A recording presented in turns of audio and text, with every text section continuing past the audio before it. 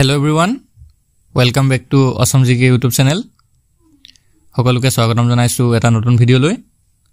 বন্ধুসকল আজিৰ এই ভিডিওটিত আমি আপোনালোকৰ আগন্তুক অনুষ্ঠিত হ'ব লগা এডিআৰই গ্ৰেড 3 আৰু গ্ৰেড 4 পৰীক্ষাৰ বাবে প্ৰয়োজন হোৱাকৈ কেইটামান অতিকৈ গুৰুত্বপূৰ্ণ প্ৰশ্ন আলোচনা কৰিম। এই প্ৰশ্নকেইটা গ্ৰেড 3 গ্ৰেড 4 পৰীক্ষাৰ লগতে অসম আৰক্ষীৰ যিকোনো লিখিত পৰীক্ষাৰ বাবে অতিকৈ সহায়ক হ'ব পাৰে। সেয়েহে আপোনালোকে প্ৰতিটো প্ৰশ্নই ভালদৰে মনোযোগেৰে চাই যাব। আজি ভিডিওৰ প্ৰথম প্ৰশ্নটো হৈছে কোনে গৌৰ কলিংগ কুশল জয় কৰিছিল? ইয়াৰ শুদ্ধ উত্তৰটো হ'ব অপচন সি হৰ্ষদেৱে। হৰ্ষদেৱ আছিল কাশ্মীৰৰ এজন হিন্দু ৰজা। তেওঁক ৰাজা তুৰস্কা উপনাম দিয়া হৈছিল আৰু তেৱেই গৌৰ কলিংগ আৰু কৌশল এই আটাইকেইখন জয় কৰিছিল। পিছৰ প্ৰশ্নটো হৈছে কোনজন কামৰূপ ৰজাই হৰ্ষবৰ্ধনৰ লগত মিত্ৰতা কৰিছিল? ইয়াৰ শুদ্ধ উত্তৰটো হ'ব অপচন ডি ভাস্কৰ বৰ্মন। বন্ধুসকল ভাস্কৰ বৰ্মন আছিল বৰ্মন বংশৰ শ্ৰেষ্ঠ ৰজা তথা অন্তিমজন শাসক। মনত ৰাখি থব ভাস্কৰ বৰ্মনেই বৰ্মন বংশৰ শ্ৰেষ্ঠ ৰজাও আছিল লগতে অন্তিমজন ৰজাও আছিল। তেওঁক কুমাৰ ৰজা নামেৰেও জনা গৈছিল। তো এইটো পৰীক্ষাত আপোনালোকৰ আহিব পাৰে যে কুমাৰ ৰজা বুলি কাক জনা যায়।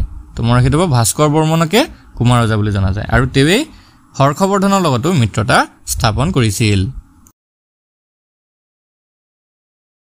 পিছৰ প্ৰশ্নটো হৈছে গুপ্তসকলৰ পৰা কোনে পুণ্ডবন্ধন জয় কৰিছিল? তো পুণ্ডবন্ধন কোনে জয় কৰিছিল প্ৰশ্নটো সুধিছে। ইয়াৰে শুদ্ধ উত্তৰটো হ'ব অপচন এ ভূতি বৰ্মন। বন্ধুসকল নিধানপুৰ শিলালিপিৰ 51 নং শাৰীতেই মহাভূত বৰ্মনক ভূতি বৰ্মন বুলি উল্লেখ কৰা হৈছে। মনত ৰাখি থব মহাভূত বৰ্মনকেই ভূতি বৰ্মন বুলি বৰ্ণনা কৰা আছে। পিছৰ প্ৰশ্নটো হৈছে বৰ্মন বংশৰ কোনগৰাকী ৰজাই প্ৰথমে মহাৰাজাধিৰাজ উপাধি গ্ৰহণ কৰিছিল? খুবেই গুৰুত্বপূৰ্ণ এটা প্ৰশ্ন। ইয়াৰে শুদ্ধ উত্তৰটো হ'ব অপচন ডি পুষ্য বৰ্মন। পুষ্য বৰ্মনে প্ৰথম মহাৰাজাধিৰাজ উপাধিটো গ্ৰহণ কৰিছিল। তেওঁ বৰ্মন বংশৰ প্ৰতিষ্ঠাপক আছিল। মনত ৰাখি থব পুষ্য বৰ্মনেই বৰ্মন বংশৰ প্ৰতিষ্ঠাপক আছিল। 350 খ্ৰীষ্টাব্দত তেওঁ বৰ্মন বংশ প্ৰতিষ্ঠা কৰিছিল। পিছৰ প্ৰশ্নটো হৈছে অশ্বমেধ যজ্ঞ অনুষ্ঠিত কৰা কামৰূপৰ প্ৰথমগৰাকী ৰজা কোন আছিল? ইয়াৰ শুদ্ধ উত্তৰটো হ'ব অপচন এ মহেন্দ্ৰ বৰ্মন। মহেন্দ্ৰ বৰ্মনেই প্ৰথম অশ্বমেধ যজ্ঞ অনুষ্ঠিত কৰা ৰজা আছিল। পিছৰ প্ৰশ্নটো হৈছে ভাস্কৰ বৰ্মনক পিতামহ ভীষ্মৰ লগত তুলনা কৰা গ্ৰন্থখনৰ নাম কি? শুদ্ধ উত্তৰটো হ'ব অপচন এ হৰ্ষচৰিত। বন্ধুসকল ভাস্কৰ বৰ্মনক পিতামহ ভীষ্মৰ লগত তুলনা কৰা গ্ৰন্থখন হৈছে হৰ্ষচৰিত আৰু এই হৰ্ষচৰিত গ্ৰন্থখনৰ ৰচক আছিল বাণভট্ট। তো এইটো কেতিয়াবা পৰীক্ষাত আহিব পাৰে যে হৰ্ষচৰিত গ্ৰন্থখন কোনে ৰচনা কৰিছিল? মনত ৰাখি থব বাণভট্টই হৰ্ষচৰিত গ্ৰন্থখন ৰচনা কৰিছিল। পিছৰ প্ৰশ্নটো হৈছে দুৰ্জয় নামৰ নতুন ৰাজধানী নগৰখন কোনে প্ৰতিষ্ঠা কৰিছিল? ইয়াৰ শুদ্ধ উত্তৰটো হ'ব অপচন এ ৰত্নপালে। বন্ধুসকল বৰ্তমান এই দুৰ্জয় ঠাইখন উত্তৰ গুৱাহাটীত অৱস্থিত আৰু এই দুৰ্জয় নামৰ যিখন ৰাজধানী সেই ৰাজধানীখন ৰত্নপালে প্ৰতিষ্ঠা বা স্থাপন কৰিছিল। পিছৰ প্ৰশ্নটো হৈছে হৰ্ষবৰ্ধনৰ ওচৰলৈ ভাস্কৰ বৰ্মনে পঠোৱা ৰাজদূতজনৰ নাম কি আছিল? শুদ্ধ উত্তৰটো হ'ব অপচন বি হংসবেগ। হৰ্ষবৰ্ধনৰ ওচৰলৈ ভাস্কৰ বৰ্মনে পঠোৱা ৰাজদূতজন আছিল হংসবেগ। পিছৰ প্ৰশ্নটো হৈছে ভাৰতৰ প্ৰথম এয়াৰ চিফ মাৰ্শ্বেল কোন আছিল? ইয়াৰ শুদ্ধ উত্তৰটো হ'ব অপচন এ সুব্ৰত মুখাৰ্জী। ভাৰতৰ প্ৰথম এয়াৰ চিফ মাৰ্শ্বেলজন আছিল সুব্ৰত মুখাৰ্জী। পিছৰ প্ৰশ্নটো হৈছে প্ৰাক্তন প্ৰধানমন্ত্ৰী লাল বাহাদুৰ শাস্ত্ৰীয়ে ক'ত শেষ নিশ্বাস ত্যাগ কৰিছিল? ইয়াৰ শুদ্ধ উত্তৰটো হ'ব অপচন এ ছোভিয়েট ৰুছিয়াত। তো ছোভিয়েট ৰাছিয়াত 1966 চনৰ 11 জানুৱাৰীত প্ৰাক্তন প্ৰধানমন্ত্ৰী লাল বাহাদুৰ শাস্ত্ৰীয়ে শেষ নিশ্বাস ত্যাগ কৰিছিল। পিছৰ প্ৰশ্নটো হৈছে প্ৰাক্তন প্ৰধানমন্ত্ৰী ৰাজীৱ গান্ধীৰ এক বোমা বিস্ফোৰণত ক'ত মৃত্যু হৈছিল? শুদ্ধ উত্তৰটো হ'ব অপচন বি শ্ৰী পেৰাম্বুদুৰত। 1991 চনৰ 21 মে তাৰিখে তামিলনাডু ৰাজ্যৰ শ্ৰী পেৰাম্বুদুৰত তেওঁৰ এটা বোমা বিস্ফোৰণত মৃত্যু হৈছিল। পিছৰ প্ৰশ্নটো হৈছে এজন ৰাজকুমাৰৰ মৃতদেহ প্ৰথাই দিয়াৰ বাবে হিন্দু ক্ষেত্ৰ নামৰ নগৰখন নাম দিয়া হৈছিল সেই ৰাজকুমাৰজনৰ নাম কি আছিল ইয়াৰ শুদ্ধ উত্তৰটো হ'ব অপচন এ চুতীয়া ৰত্নধীৰাজৰ পুত্ৰ পিছৰ প্ৰশ্নটো হৈছে তলৰ কোনজন প্ৰথম ভাৰতীয় অৰ্থনৈতিক চিন্তাবিদ আছিল ইয়াৰ শুদ্ধ উত্তৰটো হ'ব অপচন বি দাদাভাই নৌৰোজী মনগল ইয়াৰ লগতে আপোনালোকে মনত ৰাখিব দাদাভাই নৌৰোজীক ভাৰতৰ গ্ৰেণ্ড অল্ড মেন বুলিও জনা যায় তো এই প্ৰশ্নটো পৰীক্ষাত আপোনালোকৰ আহিব পাৰে যে গ্ৰেণ্ড অল্ড মেন বুলি কাক জনা যায় তো দাদাভাই নৌৰোজীক জনা যায় নেক্সট কোৱেশ্চনটো হৈছে 1857 চনৰ সিপাহী বিদ্ৰোহ কিয় বিফল হৈছিল মনগল ইয়াৰ শুদ্ধ উত্তৰটো হ'ব অপচন ডি ওপৰৰ আটাইকেইটা অৰ্থাৎ কাৰিকৰীভাৱে উপযুক্ত নেতৃত্বৰ অভাৱৰ বাবে একতাৰ অভাৱৰ বাবে আৰু প্ৰভাৱশালী সংগঠনৰ অভাৱৰ বাবে 1857 চনৰ সিপাহী বিদ্ৰোহ বিফল হ'ব লগা হৈছিল পিছৰ প্ৰশ্নটো হৈছে ভাৰতত ডাক টিকট কোনে প্ৰচলন কৰিছিল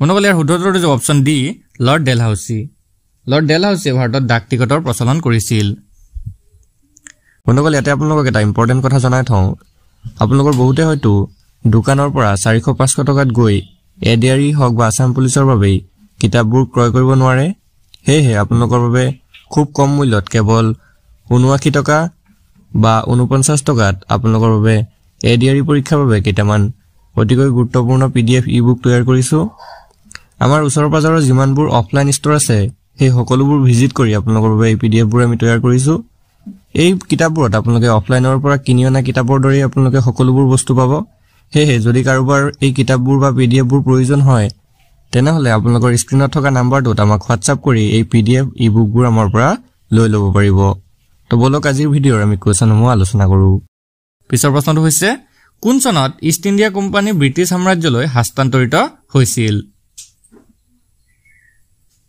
ইয়াৰ শুদ্ধ উত্তৰটো অপচন সি 1858 চনত 1858 চনত ইষ্ট ইণ্ডিয়া কোম্পানী ব্ৰিটিছ সাম্ৰাজ্যলৈ হস্তান্তৰিত হৈছিল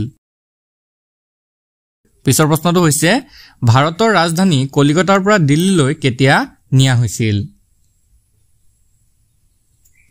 মনগল ইয়াৰ শুদ্ধ উত্তৰটো অপচন সি 1911 চনত আৰু 1972 চনৰ পৰা 1911 চনলৈকে কলকাতা ব্ৰিটিছ ভাৰতৰ ৰাজধানী আছিল তোমাৰ কেতিয়াবা 1911 চনলৈকে আছিল কেতিয়াৰ পৰা আছিল 1772 চনৰ পৰা তো 1772 চনৰ পৰা 1911 চনলৈকে কলকাতাটো ব্ৰিটিছ ভাৰতৰ ৰাজধানী আছিল আৰু 1911 চনত সেই কলকাতাৰ পৰা নতুন দিল্লীটো ৰাজধানী হিচাপে স্বীকৃতি দিয়ে নেক্সট প্ৰশ্নটো হৈছে 1829 চনত সতীদাহ এক অপৰাধ হিচাপে কোনজন গভৰ্ণৰ জেনেৰেলে গণ্য কৰিছিল ইয়াৰ শুদ্ধ উত্তৰটো অপচন বি উইলিয়াম বেন্টিং পিছৰ প্ৰশ্নটো হৈছে তলৰ কোনটো ইণ্ডো আৰ্য ভাষা নহয় ইয়াৰ শুদ্ধ উত্তৰটো হ'ব অপচন ডি তামিলটো ইণ্ডো আৰ্য ভাষা নহয় পিছৰ প্ৰশ্নটো হৈছে হেম সৰস্বতী কবিৰত্ন সৰস্বতী আৰু হৰিহৰ বিপ্ৰ সকলো আছিল অৰ্থাৎ তেওঁলোক সকলো কি আছিল ইয়াৰ ৰাইট এনসাৰটো অপচন ডি কামৰূপী কবি তো এই আটাইকেইজন কামৰূপী কবি আছিল পিছৰ প্ৰশ্নটো হৈছে কাৰ শাসনকালত মোগলৰ চিত্ৰশিল্পই শীৰ্ষত আৰোহণ কৰিছিল শুদ্ধ উত্তৰটো অপচন এ আকবৰ মনগল আকবৰ আছিল মোগল বংশৰ তৃতীয়জন সম্ৰাট আৰু তেওঁৰ শাসনকালতেই মোগলৰ চিত্ৰশিল্পই শীৰ্ষত আৰোহণ কৰিছিল নেক্সট প্ৰশ্নটো হৈছে হিন্দু উপত্যকাৰ মানুহৰ মূল অৰ্থনৈতিক ভেটি কি আছিল শুদ্ধ উত্তৰটো অপচন এ কৃষি হিন্দু উপত্যকাৰ মানুহৰ মূল অৰ্থনৈতিক ভেটি আছিল কৃষি পিছৰ প্ৰশ্ন 1191 চনত তৰাইনৰ প্ৰথম যুদ্ধ পৃথ্বীৰাজ আৰু কাৰ মাজত সংঘটিত হৈছিল শুদ্ধ উত্তৰটো অপচন এ মহম্মদ ঘুৰি তো 1191 চনত মহম্মদ ঘুৰি আৰু পৃথ্বীৰাজৰ মাজত তৰাইনৰ প্ৰথম যুদ্ধ সংঘটিত হৈছিল পিছৰ প্ৰশ্নটো হৈছে কোনে কৈছিল তুমি মোক তেজ দিয়া মই তোমালোকক স্বাধীনতা দিম তো এইটো এটা খুবই গুৰুত্বপূৰ্ণ প্ৰশ্ন হয় ইয়াৰে শুদ্ধ উত্তৰটো হ'ব অপচন ডি সুভাষ চন্দ্ৰ বসু নেতাজী সুভাষ চন্দ্ৰ বসুৱে কৈছিল যে তুমি মোক তেজ দিয়া আৰু মই তোমালোকক স্বাধীনতা দিম পিছৰ প্ৰশ্নটো হৈছে শংকৰদেৱৰ জনপ্ৰিয় সৃষ্টি হ'ল এটো আমি সকলোৱে জানো ইয়াৰ শুদ্ধ উত্তৰটো অপচন বি কীৰ্তন ঘোষা শংকৰদেৱৰ জনপ্ৰিয় সৃষ্টি হ'ল কীৰ্তন ঘোষা পিছৰ প্ৰশ্নটো হৈছে তলৰ কোনখন ঠাইত ঘোঁৰাৰ অৱশেষ পোৱা গৈছিল শুদ্ধ উত্তৰটো অপচন সি সুৰকোট্টা সুৰকোট্টাত ঘোঁৰাৰ অৱশেষ পোৱা গৈছিল গুজৰাটত এই সুৰকোট্টাটো অৱস্থিত নেক্সট কোৱেশ্চনটো হৈছে হৰপ্পা সংস্কৃতি কি কাৰণে বিখ্যাত বন্ধুসকল ইয়াৰে যেটো শুদ্ধ উত্তৰটো অপচন সি নগৰ পৰিকল্পনা হৰপ্পা সংস্কৃতি নগৰ পৰিকল্পনাৰ বাবে বিখ্যাত 28 নম্বৰ প্ৰশ্নটো হৈছে তলৰ কোনবিধ ধাতুৰ ব্যৱহাৰ সিন্ধু উপত্যকাৰ মানুহে কৰা নাছিল এটো খুব এটা গুৰুত্বপূৰ্ণ প্ৰশ্ন হয় ইয়াৰ শুদ্ধ উত্তৰটো অপচন ডি লু তো লু ধাতুটোৰ ব্যৱহাৰ হিন্দু উপত্যকাৰ লোকসকলে কৰা নাছিল বাকি ৰূপ টিন আৰু ব্ৰঞ্জ এই আটাইকেইটা ধাতুৰে ব্যৱহাৰ সেই সময়ৰ লোকসকলে কৰিছিল পিছৰ প্ৰশ্নটো হৈছে লৰ্ড কৰ্ণৱালিছে তলৰ কোনটো প্ৰথা প্ৰৱৰ্তন কৰিছিল শুদ্ধ উত্তৰটো অপচন এ জমিদাৰী প্ৰথা লৰ্ড কৰ্ণৱালিছে জমিদাৰী প্ৰথাৰ প্ৰৱৰ্তন কৰিছিল বন্ধুসকল আজি ভিডিঅ'ৰ শেষৰ প্ৰশ্নটো হৈছে আধ্যাত্মিকসকলক ইছলাম ধৰ্মত কি বুলি কোৱা হয় শুদ্ধ উত্তৰটো অপচন বি সুফি আধ্যাত্মিকসকলক ইছলাম ধৰ্মত সুফি বুলি কোৱা হয় আজি ভিডিঅ'টো আপোনালোকৰ বাবে ইনফৰমেটিভ হলে ভিডিঅ'টো এটা লাইক কৰি দিব আৰু এনে ধৰণৰ নতুন নতুন ভিডিঅ'সমূহ পাই থাকিবলৈ আমাৰ চেনেলটো সাবস্ক্ৰাইব কৰি ল'ব আৰু কাষতে থকা বেল আইকনটো দবাই দিব ধন্যবাদ